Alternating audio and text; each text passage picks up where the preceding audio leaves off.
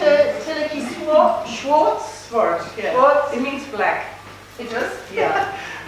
Textile designer, a very experienced textile designer, exhibiting in the Knit and Stitch show this week, the next 4 days.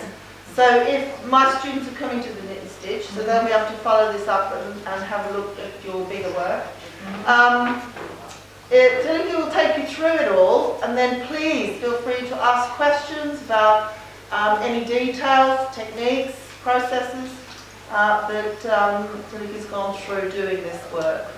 I'm going to turn off these lights so you can see the screen better. So please but you can just speak up. You don't need to wait till the end, because it's easier for me when you speak up, and I can, when we have still the picture you have a question about. But so you just interrupt and speak up and if it's What's your name again? Sorry. Pardon? What's your first name? Sorry. Tilleke. Tilleke. It comes from Matilda, means small Matilda, but it was a long time ago. try to find the back lights. Oh, here's a few more. Well done. Marvelous. You don't need.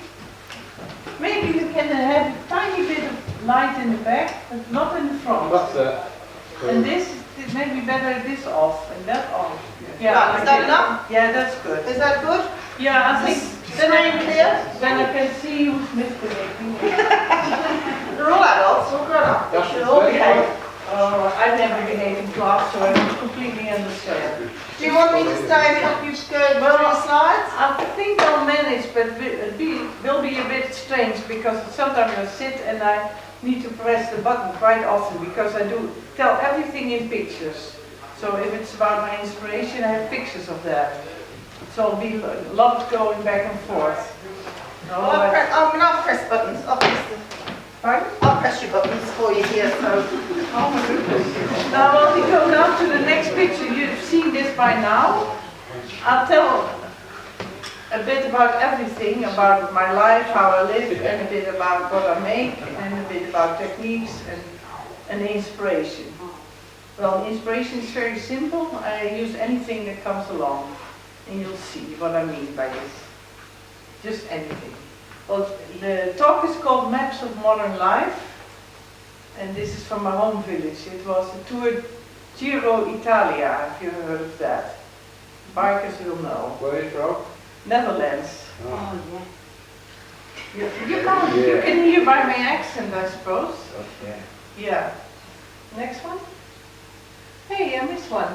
One more. Did you? No? Yes. Is it? That's strange. One. Okay, let's go back. Let's go back. This is the first. Second. Oh no, this is third. Sorry. Well, it's about my art. I make kind of pieces for the wall that I call kind of art. So it's up to you to decide if it's really art.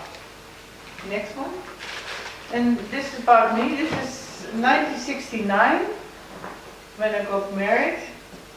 And you can see for the fashion students it's really 1969. It's mini skirts and I had my hair up and my glasses like Nana Mouskouri. I don't know if you know that artist. And the glasses are now popular again. But I have a different prescription, so I don't have them anymore. I'm born in '46. I went to art school and I went to another art school for adults where you could come in and get whenever you like. So that would be, I don't know if you're used to that. It's an art school where you just come in and follow classes you like. You don't get a degree over there, but you can do a lot. I did a lot of model drawing over there. So for me it was a wonderful art school. And I tell also a bit about what interests me and how I started, but that will all come later. Next one. Oh, this is what I'm going to talk about. Oh, you can read. It's about inspiration and meaning. I think meaning is always important in a work. It's different, of course, depending for you, some of you, because it depends very much on what you are making it for. Like what I do is not useful. If you're doing fashion or so, you do useful things. But art is not useful, but I like it to have some meaning, not just to be decorative. That's not my cup of tea. And I tell a bit about material and technique, and I include always a few detours. Next one. And I'll show a bit what's typical of my embroidery. I don't know if you've ever heard of my work before, but it's almost like finely stitched graffiti. Graffiti, how do you pronounce it? Yeah, and I include all kinds of things, pieces of cloth. Sometimes I cheat, like the Pink Panther, I didn't stitch myself, I bought it and stitched it in. And I put in pieces of cloth and traditional designs, all kinds of things. Next one. This is the whole piece. You just saw a detail. And what's also typical of my work, I put in a lot of text. There's a mixture of images and text, actually. Next. These are some of the texts. They're all couched on. There are all kinds of ways of doing lettering, but this is all by couching. I don't know if you know what couching is. I'll show it later, because it's just very basic. You have just shaping what you want to do with one thread and stitch and use another thread for attaching your shape to the background. Next one. That's a detail. The red thread is very beautiful Japanese thread. It's all couched down with lots of tiny stitches. All done by hand. Next one. That's another detail. Next. And this is a traditional Chinese design. It's a Chinese cat. And when you see more work, you'll notice that I have a cat in almost all my works. Yeah. Because I strongly Cat love his hair. Well, sometimes when I teach a workshop, I say when you run out of ideas, you can always add a cat. And people do it, especially when I said cats are an extra bonus, they went really for cats. So that was marvelous. So maybe a good idea for here too. Next one. This is how I found the title of this work. This work is, the whole piece is called Playground. And you see this text Plats för lek, that's Swedish for playground. And I liked it because if you would think it would be Dutch, it would be something like a leaking place. That's what I liked about it. So I used that title for my work. Next one. There you can see Plats för lek, there's the same text. So that's how I go about it. I see things that intrigue me and I'll put it in my work. And like the bird is a traditional design, and that's how it goes. Next. And this is fish. The fish was a bit cold, so he said bird. The fish I bought, actually I didn't do it myself. And behind the fish is a part of a lion. Pardon? Sorry, what is it? A lion. Oh. A lion, yes. It's a big cat, more or less. Okay, next one. This is another detail.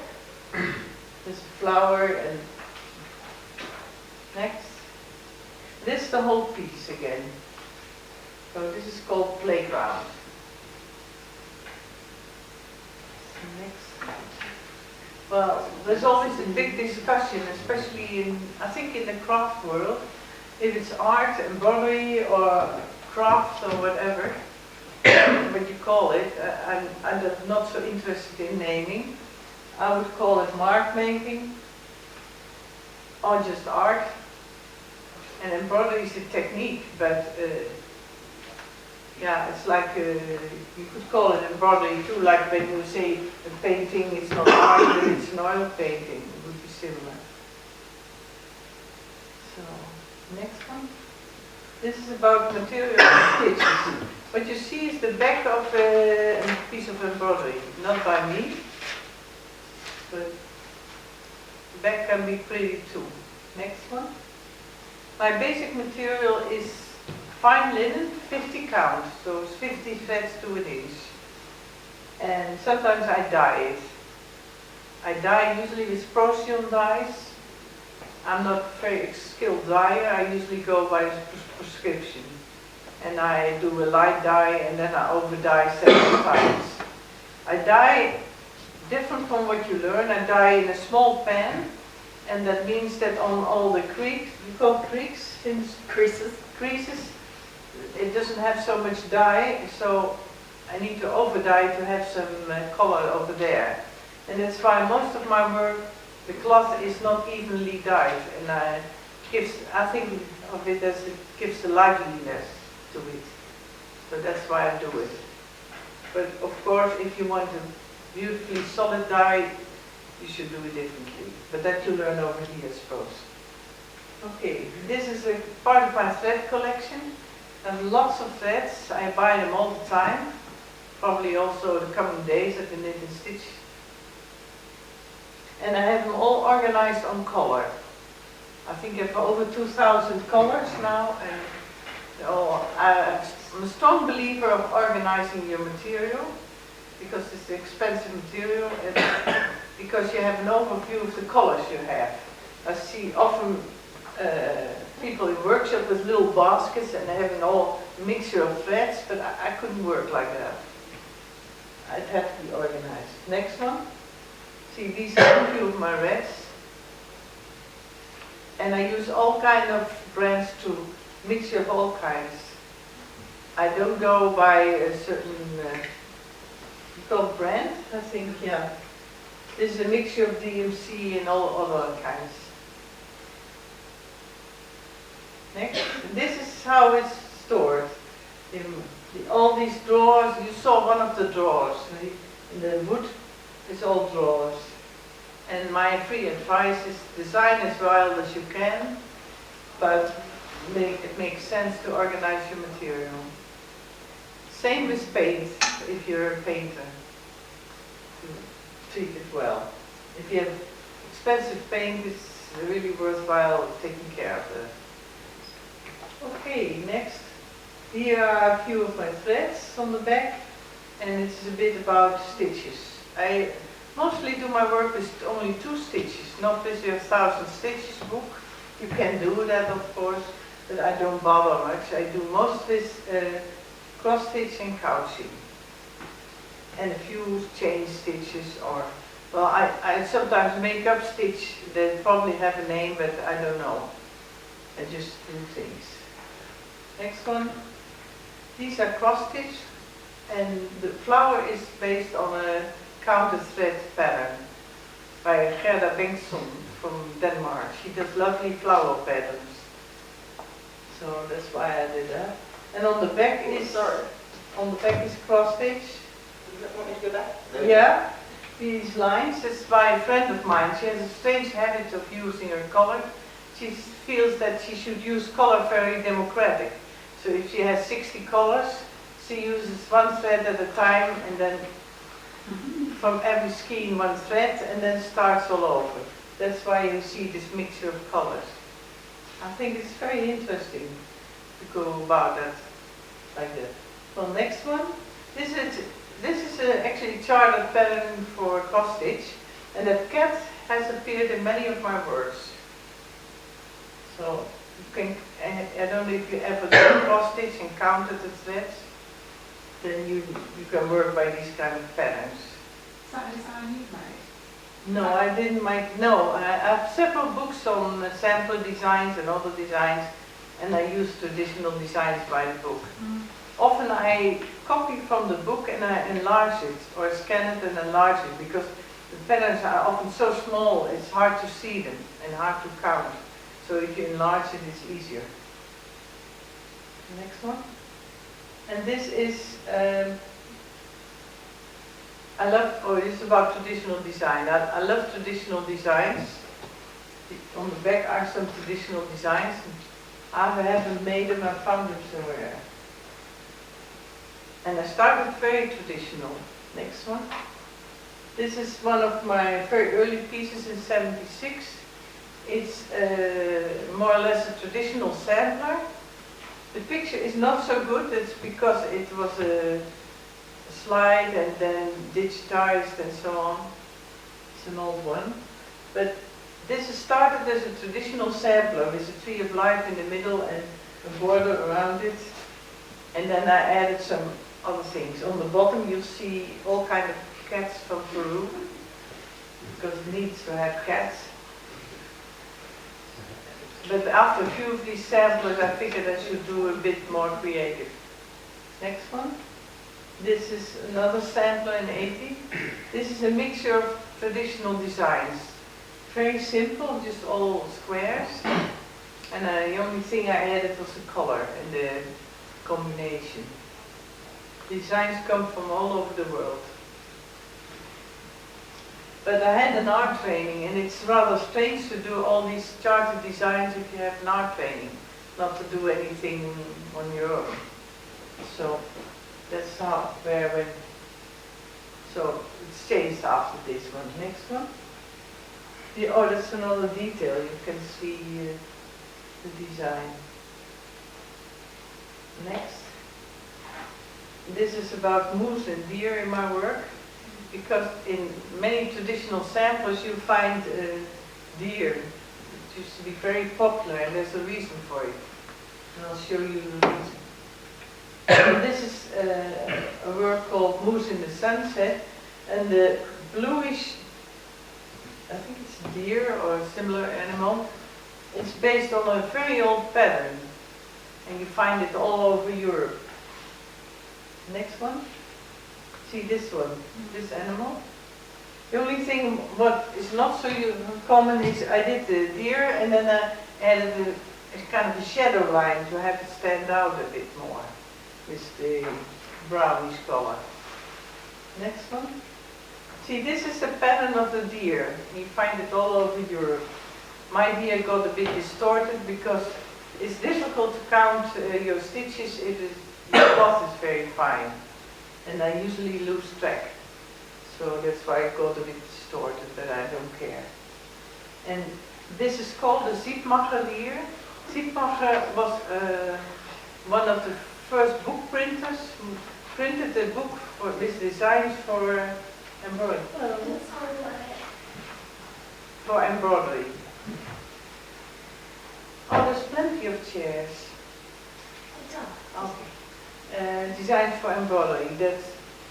And before that time, people copied from one sampler to another because they felt that printing books was so expensive. It made more sense to spend a couple of days copying in stitch the embroidery. But this was a famous booklet by Mr. Siebmacher from Germany. And that was 1601. And after that there were patterns for samplers. Okay, next one. Here are some more deer. And also some birdies. All traditional. Next one. And this is the whole piece. You can see in the corner, that's what you just saw. But it's quite a while ago, it's 1969. The old piece, most of the old pieces you won't see at the Knitting and Stitching show. I only show the recent pieces. Next one. This is, couching is my favorite stitch. And it's just simple. You put on threads on your cloth and you stitch them down with fine stitches. That's what I've done here, the yellow part. And while stitching them down, you can vary in colors and can have all kinds of results. Next one. This is again about couching, so you can see what it is. Very simple. You could name it maybe drawing with the needle. And you can add extra lines and you can add more colors. And this text you can shape it very well with the little stitches. Next one. This is also couched down. It's very beautiful Japanese thread. Next. This is also couching, the blue on the white. But by changing the colors and the thickness of the thread, you can have very different results. So that's what I wanted to show here. This is quite enlarged, you can see by the cloth. Next one. This is also couched down. I bought threads in Turkey and I thought I had the most wonderful silk. but it was horrible to stitch with. It probably was not real silk, and I decided to just couch it down because I couldn't work with it. Next one. Well, this is about my start.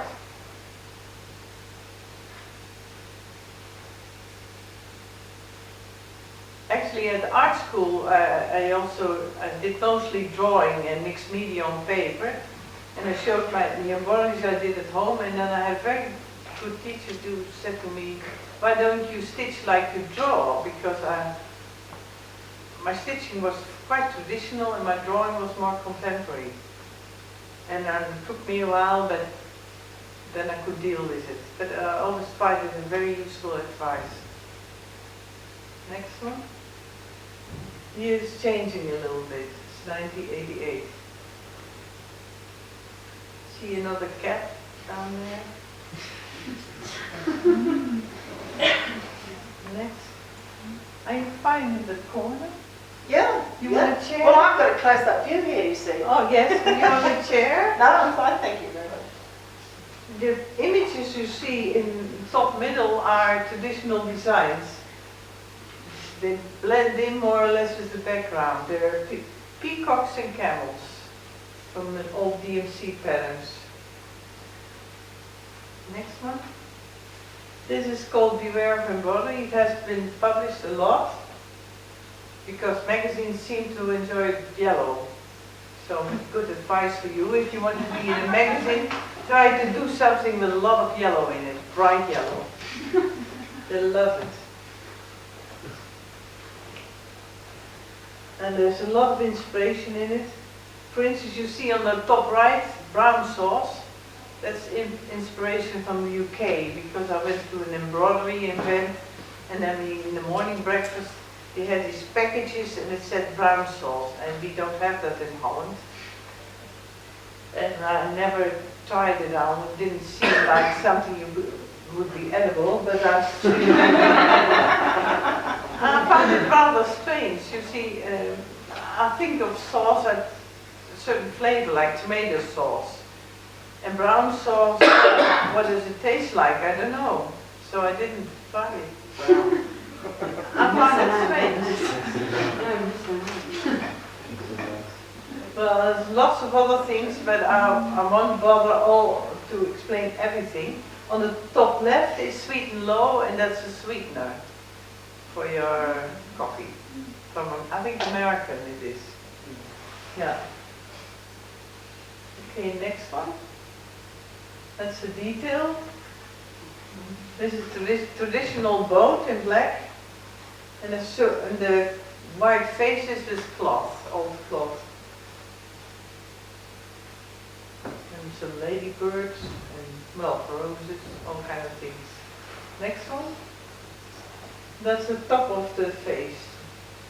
The piece is called Beware of Embroidery. I'm quite proud of the title. So. Any questions? You can ask this question whenever you feel like. Is the title of this based on your obsession with what you work at before? Of its based is my obsession of? Based on your obsession of, beware of embroidery like it will become your whole life, like it have done yours. Yeah, no, I don't know. I usually have a hard time thinking of titles. Usually do that afterwards. But yeah. I thought of it more like Beware of the Dog and then Beware of the Embroidery. Beware of the dark. Of the dog. Yes, Sorry about Right, that. yeah. So that was more of the idea that you can also have, I would say, special text and special content even with embroidery. I think it could be seen as that though, beware of embroidery in a different way. Yeah. Anyway. I always like when people see different things in it than I put in it. It's That's really what art's fun. about, isn't it? And at my show, I sometimes listen to people explaining to one another what it's about. I love that. About your work. Yeah. So you've got audience coming in, explaining to each other what it's about. Yeah, and having not spoken to you. how it's done. They all explain what machine should be used, and I don't use machines. So I love that. Yeah, How long does it take for you to do these things? forever. Yeah, if you do it by hand, It takes 4 or 5 months. I don't stitch whole days, just an hour here and there. How big is it? Like this. Maybe 50 to 60 centimeters, like that. It's not very Quite big. small then to get all that. Yeah, because it's very fine cloth. Yeah. Okay, next one. Here's another detail. Next. This is the tree of life. But it's my kind of tree of life, a bit different. And it has all kind of text of participating in an exhibition in the UK. There used to be Art of the Stitch, it's not there anymore. And you could apply with slides and then try to get in it. It was kind of an important exhibition at that time. And I got kind of fed up with the instructions, so they had all these things like label your slides, and the work should arrive between certain dates. But that's difficult. When you send it from Holland and you don't want to spend an awful lot of money, you can't plan precisely when it will arrive, so it annoyed me. And they even said all entries should include a calico bag, that's top left. And I was really intrigued what it was, why that was. Because I send my work in a crate. You have to do it if you do international transport. It doesn't go in just a little bag. It doesn't arrive that way. So I had it crated, and I was emailing them, why do you need a calico bag? And their idea was, when planning the exhibition, people would come in, unwrap their piece, put all the plastic and paper in the bag, and they would store it like the packing material like that. But of course it didn't work for my crate.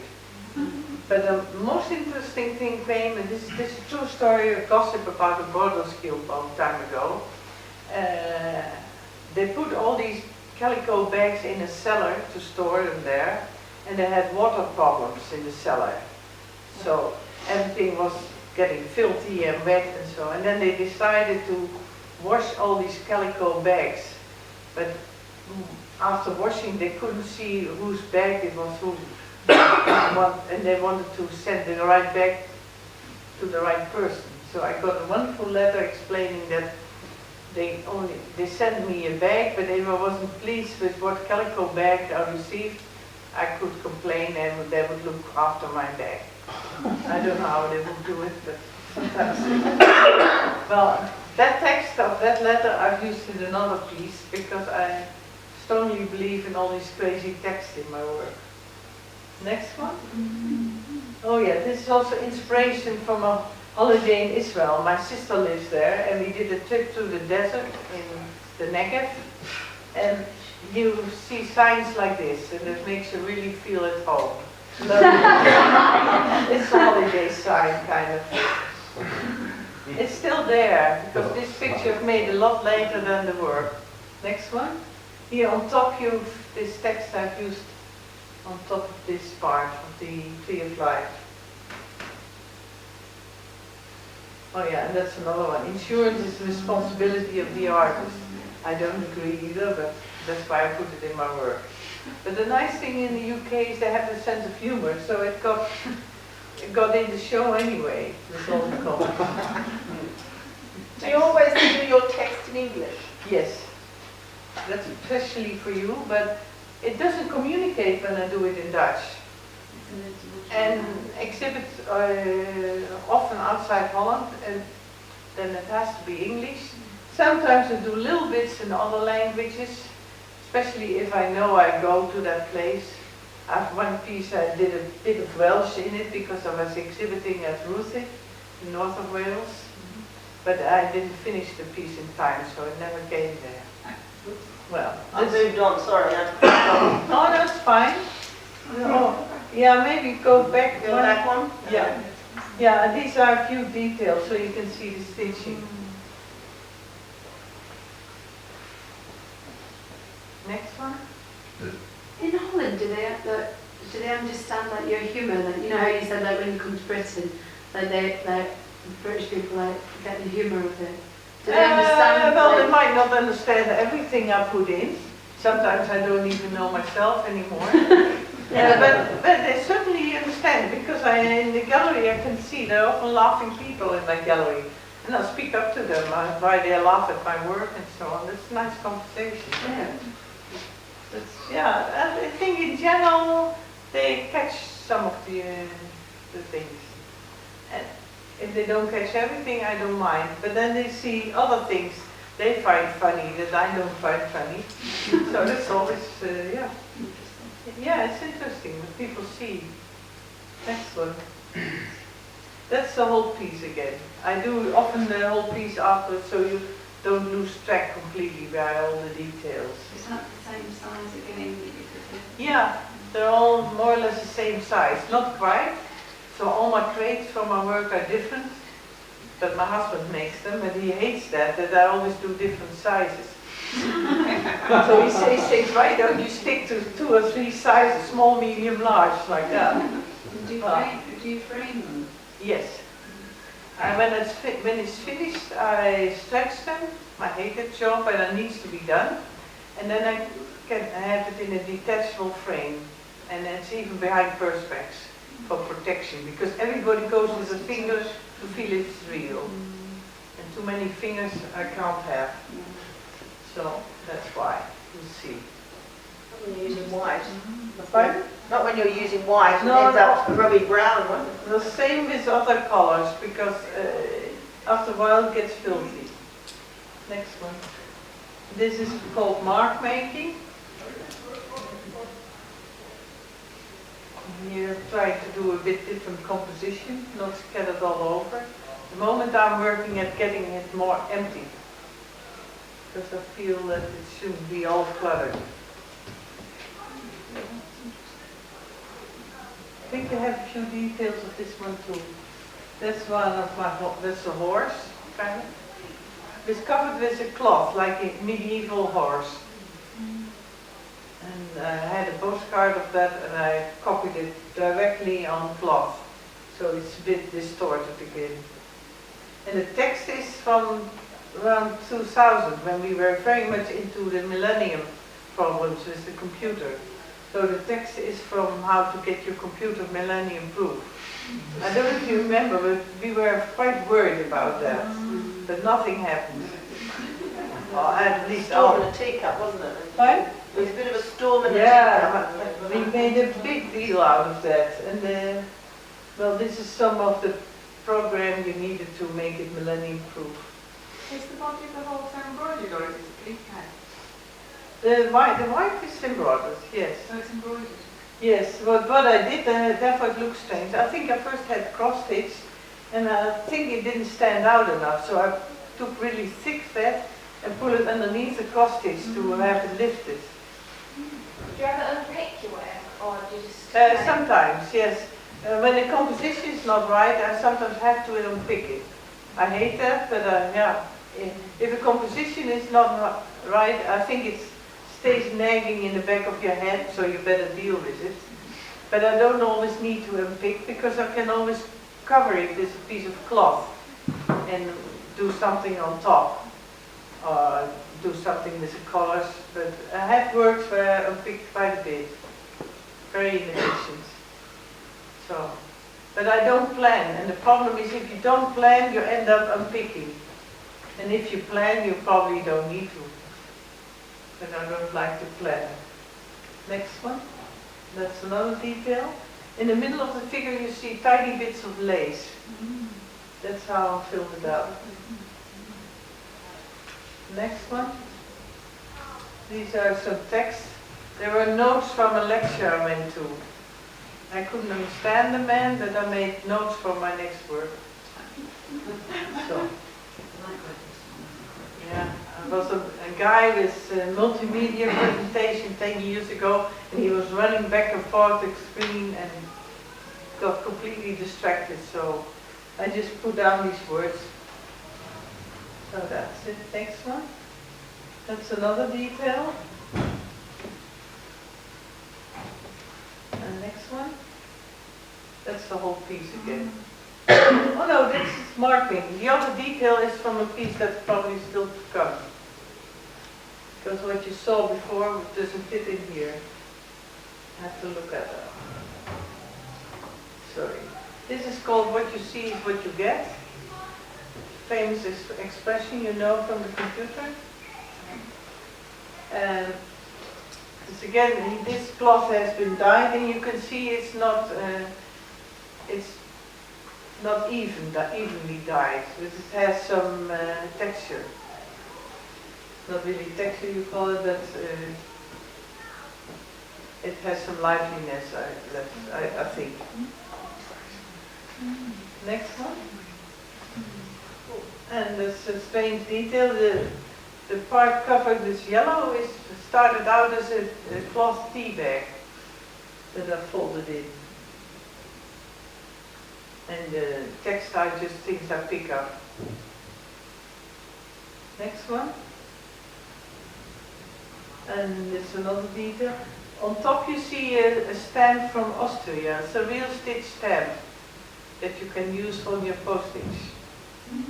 I ordered it at the Austrian post office. Next one. That's a cat. One of the many. For the stitchers, these are not French knots, what you see. You know, and anybody knows what French knots are? Oh, you do. Well, what I do instead of French knots, because I think it's too complicated, I do tiny cross stitches with thick thread and very tiny stitches. And then it looks almost like French knots. So, maybe. Next one. That's another detail. It's being a bit ironic. Next one. Here you can see how I use images from the newspaper. On the right it's a cutting from a magazine or newspaper, and on the left is my translation.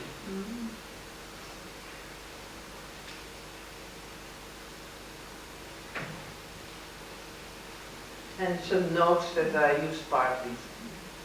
Next one. See, that's the detail of the translation. Next one. This is the whole piece again. It's terrible to couch it all down. It's a lot of work, but I did it when we were on holiday in Egypt, next to the swimming pool. And every day I did 3 or 4 threads. So after Egypt I had this finished. Next one. This is called Free Recovery. This piece is in the Knitting and Stitching show, and it's more empty. That's what I prefer at the moment. And the free recovery refers to the signs you have on the road sometimes. I'll have a sign a little on. Next one. This is your sign. And I think it's very special because it expects a lot of trust in government. People just go to the side of the road and wait till they get help. I hope it works. We don't have that. Next one. See, this is where I put in free recovery. And I put in a little fan for... pardon? Ambulance. Yeah, an ambulance. Yeah, I was looking for the word. But yeah, it's this ambulance I bought somewhere. And it's just stitched in. Next one. That's another detail. Here you can see what you can do with couching. Traditional with couching, you use very fine threads to couch down your fancy threads, probably golden threads.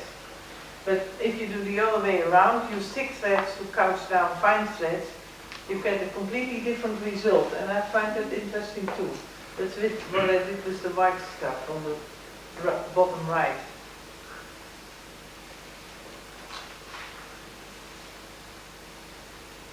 Next, it's another detail.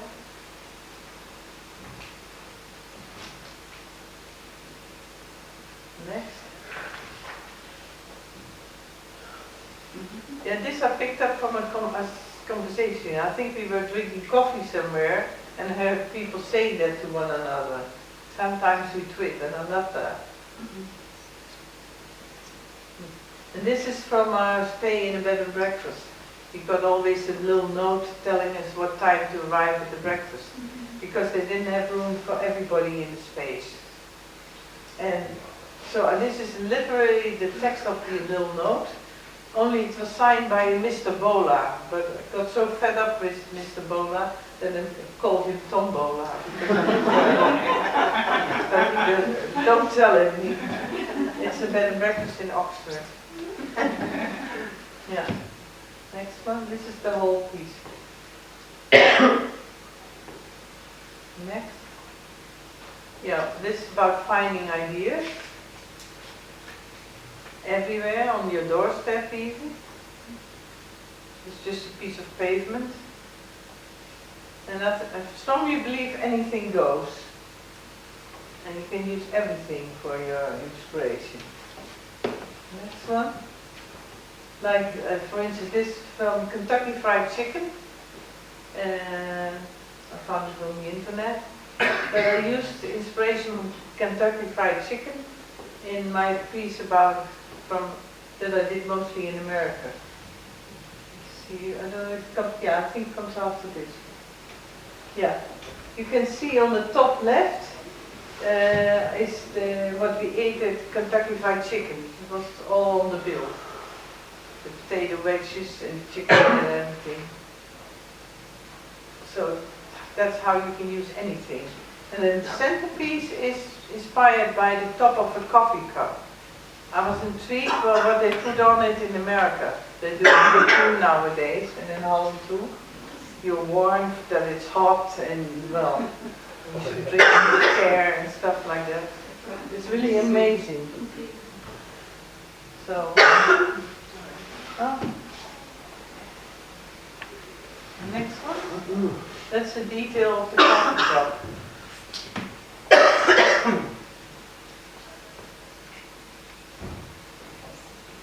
Next. And this is inspiration from mostly Australia.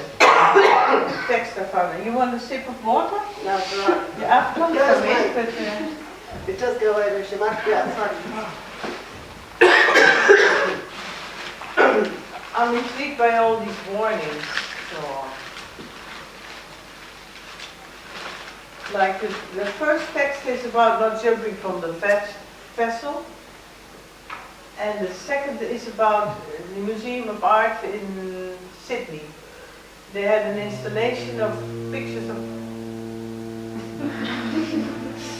Does this mean anything? No, it could be anything. It sounds like maintenance. Okay, that's fine. Well, they had the installation of pictures of Aboriginals, and they had a big sign informing that information for Aboriginals, because it meant something for them. And I was intrigued by the way they phrased it, because I could see them having all meetings on how to deal with it and not hurt the feelings of the Aboriginals, because that's quite an issue in Australia. And the next room had an installation with a few goldfish, and of course the animal movement had replaced, so they had an all text about how they took care of the fish. And I think it's very typical for modern society, all these warnings and all these things. It's not really a sign of interest. They just are afraid that they need to pay for something or get into problems or whatever. Next one. Oh, here's the menu of Kentucky Fried Chicken on the left. And I also loved the idea that they had made a difference between dining in and dining out. Dining in is on these plastic chairs, and dining out is in your car. Because there was a... And dining in my country means kind of a fancy dinner, different from eating. So I couldn't see the dining part on these plastic chairs. But that's the way they put it. Next one. And there's a few other details. I've had quite a discussion of if this is Beavis or Butthead. I think Butthead, yeah. I bought that one and I gave him a few wings. Next one. There's one of the cats. It's done with multicolored thread. And I don't like mayo and mustard. That's why I put it in. Next one. How big is that? They're all about, I think, 60 to... Something like that. No, smaller. The little ones. Yeah. So when you're looking at that detail, it's very tiny. Yes. After this, I'll show you work in progress. You have an idea what side I stitch. It's quite tiny stitching. So people, when they hurry by hand, most people are put off. And they think it's too much work. Well, I don't mind that because I stitch myself, I don't mind it. But if you like to make something like that, you need to invest a bit of time. Or be very clever, have people working for you. An idea too. Next one. Well, this is part 2 of Anything Goes. And it's your royal family. That was with the royal wedding. There's a booklet on how to stitch to knit the royal family. I don't know if you see that. I love it, especially the stitched corgis, corgi dogs, so what do you call them? Corgi. Corgi, yeah, I love that. And in Holland they now copy the idea, so there's also a booklet on how to knit our royal family. Well, Corgis are going to be extinct soon. oh, They're a new breed. I like it. I got the blush cheeks and everything. Mm. Looks like they've been drawn on. Yeah. And again, and Elizabeth is always in these pastel colors, in bluish or pinkish or greenish, strange colors she wears always. But I love it. Next one. Well, my major sources, as you know by now, are the textile tradition, cats, daily life, and the media.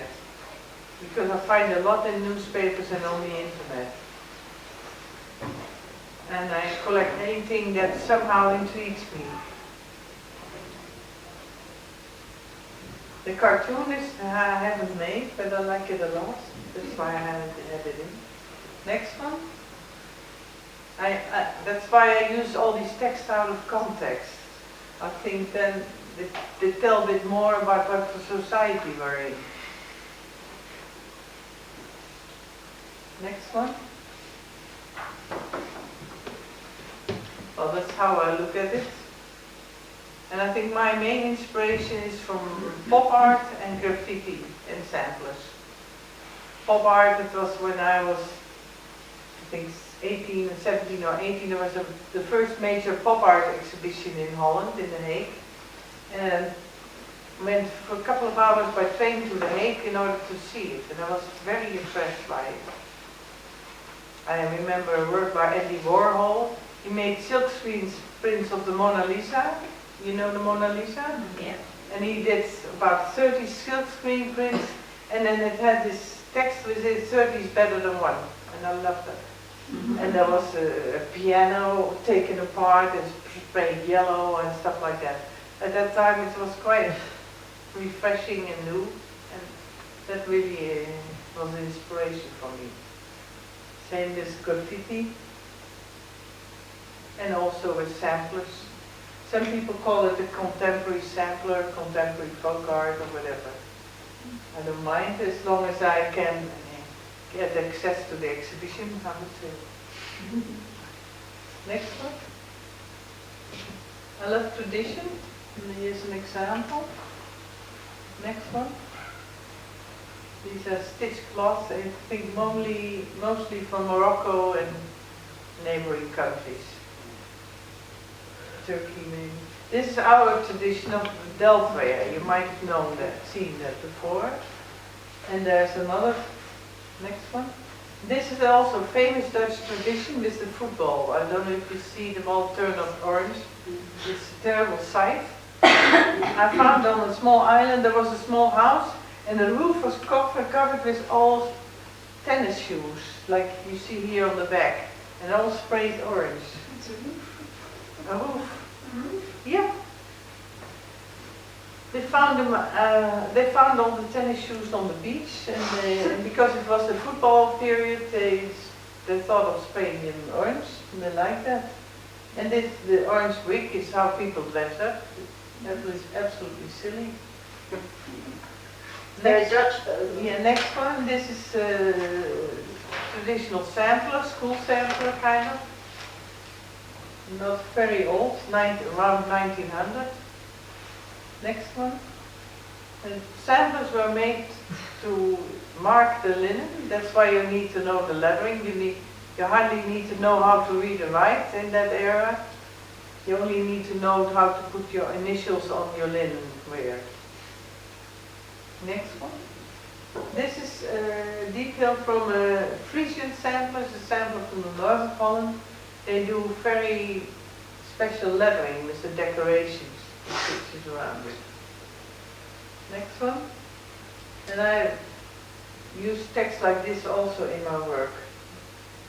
This is from a letter from one of the famous museums that has a sampler collection. Fitzwilliam Museum has a beautiful sampler collection, and I had this idea of exhibiting there together with their traditional collection. But the curator thought it wasn't such a great idea, but being English, she phrased it very polite, so she sort of talked around the subject and explaining to me that the samplers have changed in their use and so on. Well, I already knew and wasn't asking for that, but it was probably her way of saying no. We are more blunt, we just say no when we mean no, and here it's a bit different. You might get a no by no answer or whatever. Next one. This is the whole piece. Again with a cat. Am I on schedule? Yeah, more or less. Next one. This is a kind of samplers I like a lot. They're from Germany, and they're from the Vier Landen area.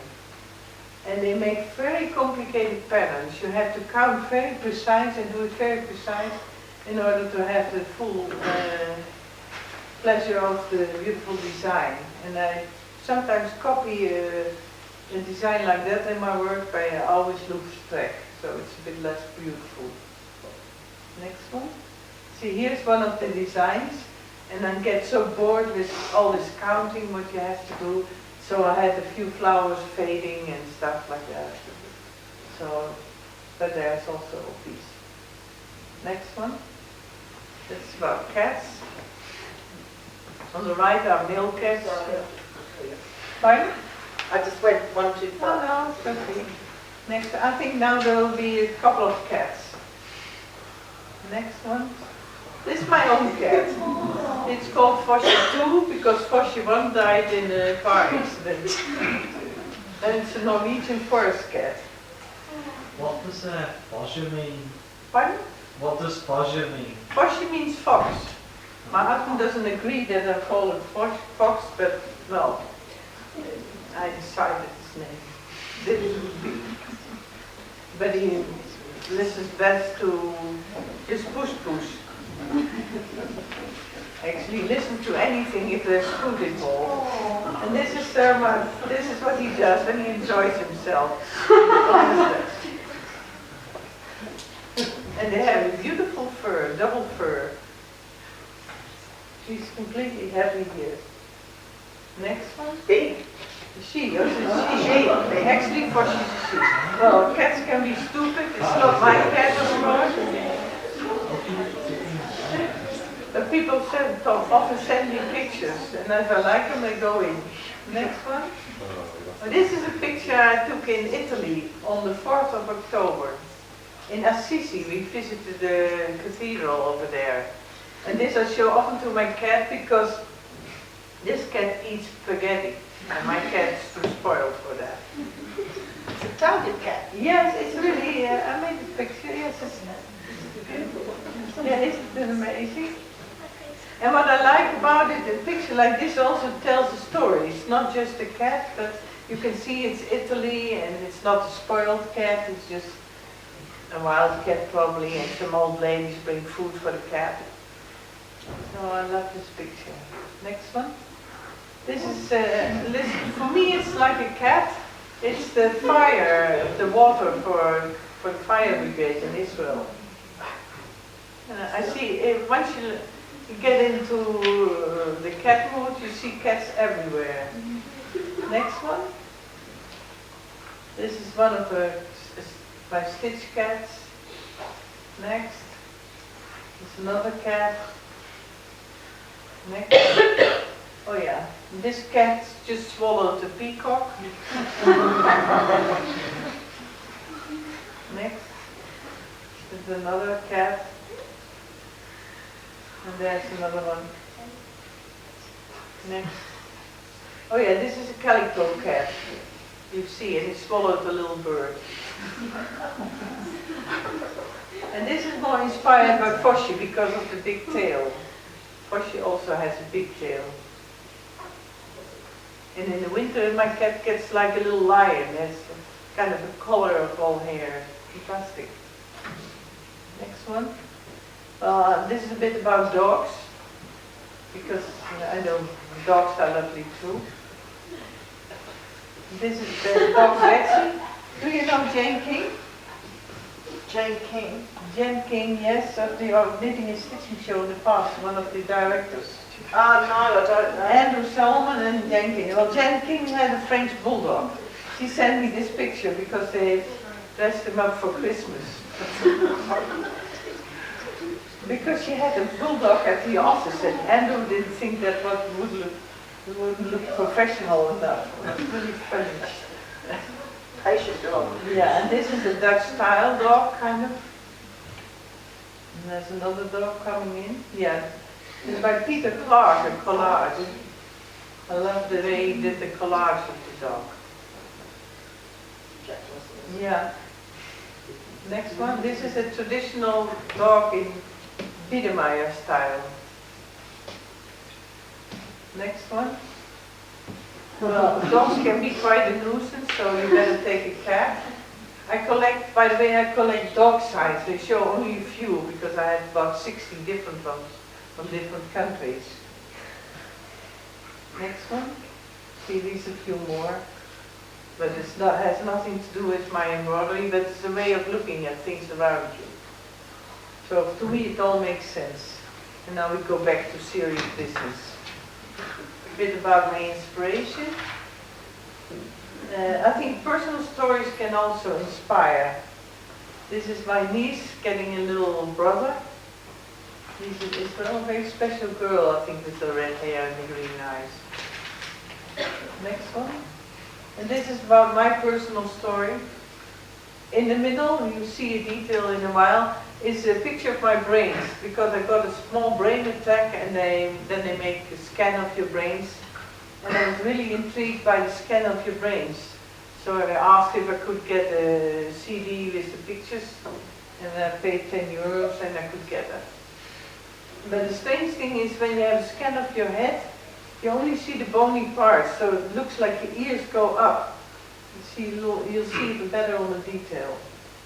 And so I put it in, see here on this detail. And the text is about brain attacks and everything.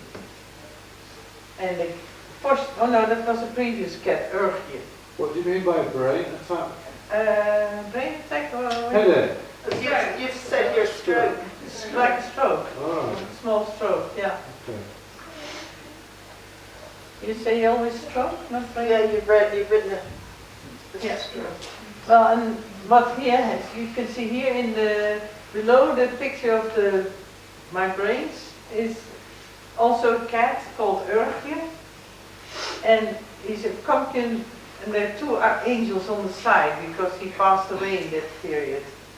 But the angel on the right, I stitched when I couldn't quite control my movements, just after the stroke.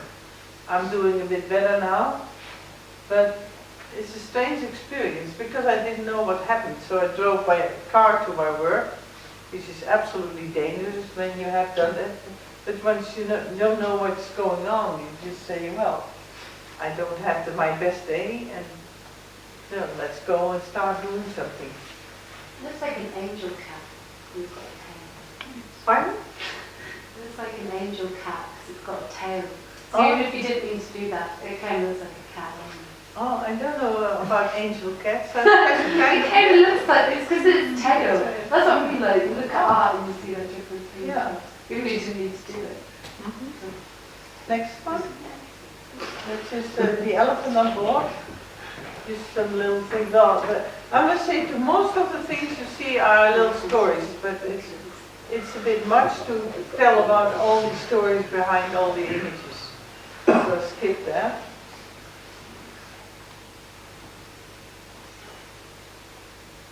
These are a few details of this work. This is the whole piece again. Next one. This is called On Color. Next one. Is that the dyeing? You've got pink in the middle and you dyed that in The there. tie-dye. Yeah. Yeah. Next one. Sometimes I do a little few flowers.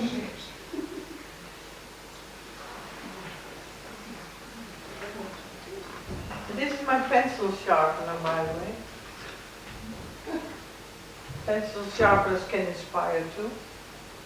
And mind the gap is from here, in UK. Next one. Next one. There's the whole piece. Next one. This is called rice. They're getting more complex, aren't they? Yeah, but these are earlier pieces actually. They're more filled up. I prefer the more empty. You'll see a few more empty pieces near the end. And then what you see here, my name, that's my that's my name. And since everything is hand stitched, I have a signature that's machine stitched. I had it done and I stitched that in. Next one. There's the cat. Next. Here's the whole piece with this peacock eating cat. Next one. Next. Next. Next. Now the text below is from a letter to the editor of the Embroidery Guild, because when Polly Leonard, who does nowadays Selvage, she was editor-in-chief of Embroidery Guild and she wanted to improve the magazine and we knew it, but not all the readers appreciated it. So she wrote a letter like that. Kind of folly of grandeur is hitting the Embroidery Guild at the moment. Fantastic. Next one, this is the whole piece. Next one. Well, I use text for all kind of reasons. For the meaning, the graphic quality, rhythm and the texture. On the back is from Egypt, you will recognize. Next one. These are some of the notes I collect. I collect in just cuttings and notes. I don't do sketchbooks, I must confess. But I collect all kind of things. So I like this text like breaking news, suspect car being removed, I love that.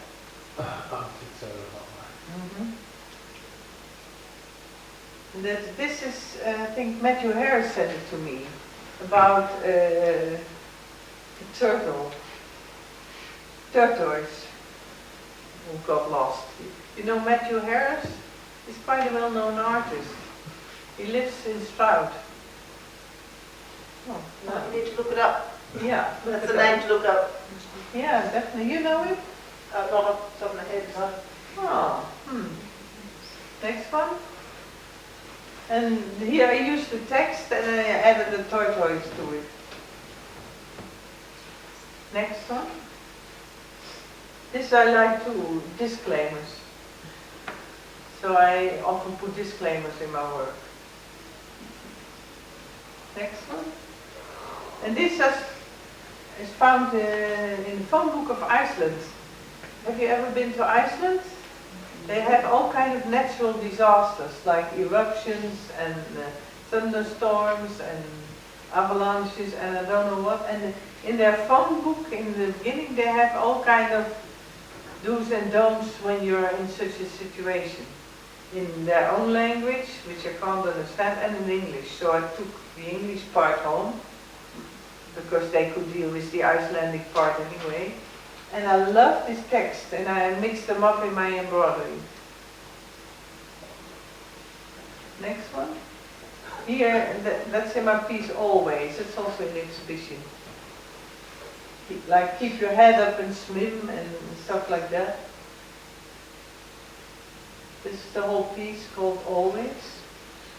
This, all these warnings. And it also said, always believe that you will be rescued. And I thought it was almost religious. So I put it on top left. Next one. It's a detail. And another detail. All of that lettering's couched, all of it. Yes, yeah. You can see because I use different colors. Yeah, gosh, yeah. Yeah, if you don't know what to do, you stitch it. That's how it goes. Next one. This is also inspiration. In our local newspaper, it has every Saturday information on a nice walk you could do. And I like the lines of the walk, so I use the lines of this plan. Next one. See, here are some of those lines. Next. Here, so this is the whole piece again. Next. Well, I'm very fond of all these security measurements. I don't believe that it helps, but they do more crazy than ever. Next one. This piece is more or less about security. It's one of the few pieces that has a theme to them. It's called 100% checked. Next one. He's on the right, it says see you in court.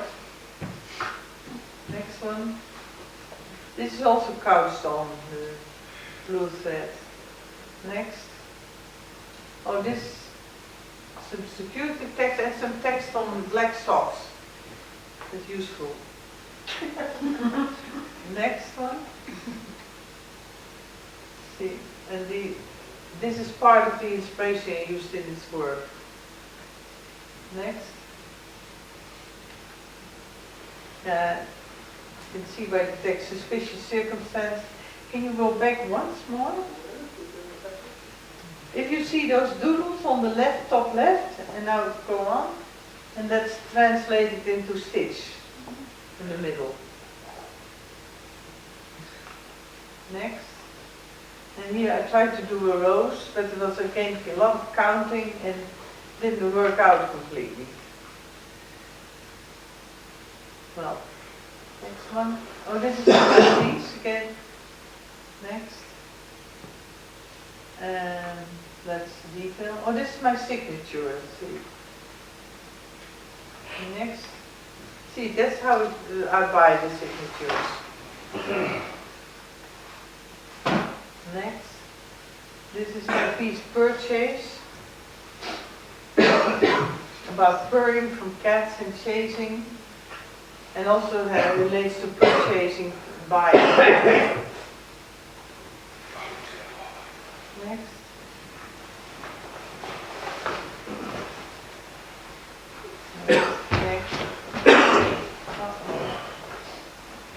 This is a car. My husband was complaining I never did cars in my work. So I needed to invest in marriage and I did a car. Next one.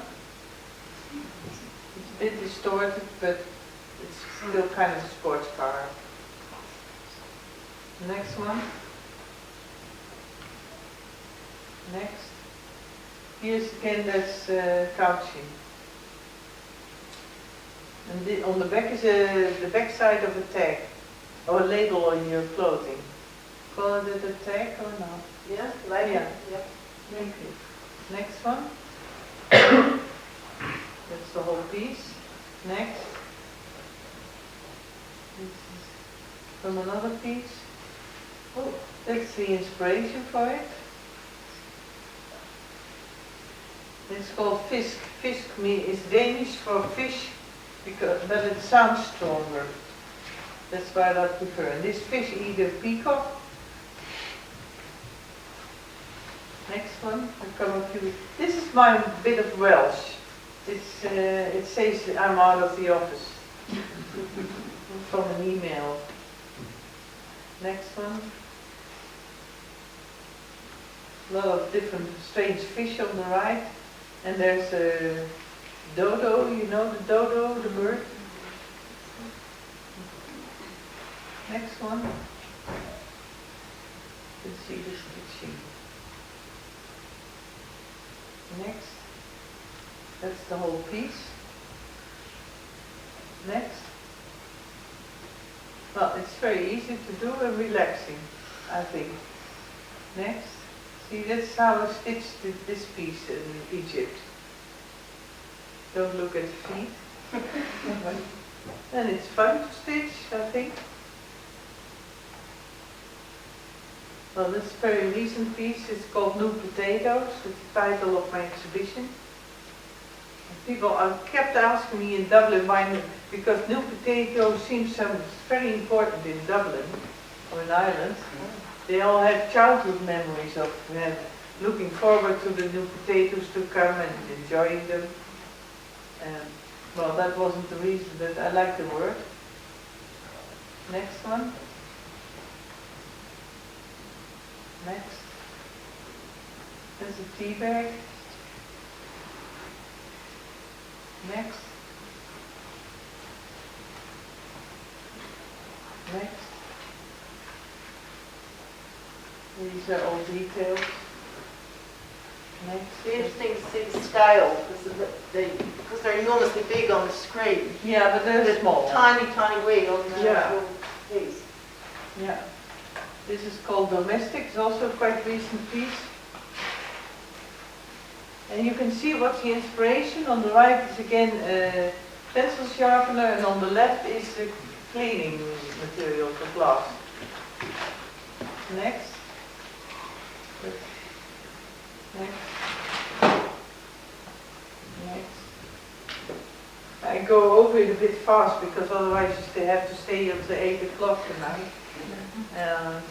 This is the house of Bin Laden from the newspaper. You might remember it. Next. This is the whole piece. Next. This Unfollow is one of my last pieces. See, it's also more empty.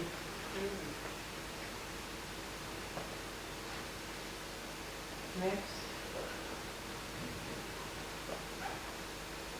There's a tea bag again. Next. Piece of lace. Next. Next.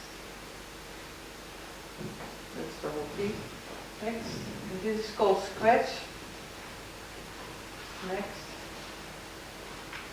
Flowers and all kind of techniques, partly applique, which I do more lately. I use more applique recently. Next. The animal I didn't do myself, I bought it. There's another cat, and it says cat installed. Next. Inspiration from my bathroom in Lithuania. Next. That's in this work. You can see it on the bottom right. Do you always do one piece at a time? Yes. Yeah. Yeah, because it takes already a lot of time, and I feel I have to finish first one and then do another one. Next one. This is the cover of my book, both sides, back and front, and it's for sale in the Knitting and Stitching Show. Next one. And thank you and goodbye. Next. Well, I can give more information. I can do here and I can do at the show too. Next. And have a safe trip home. That was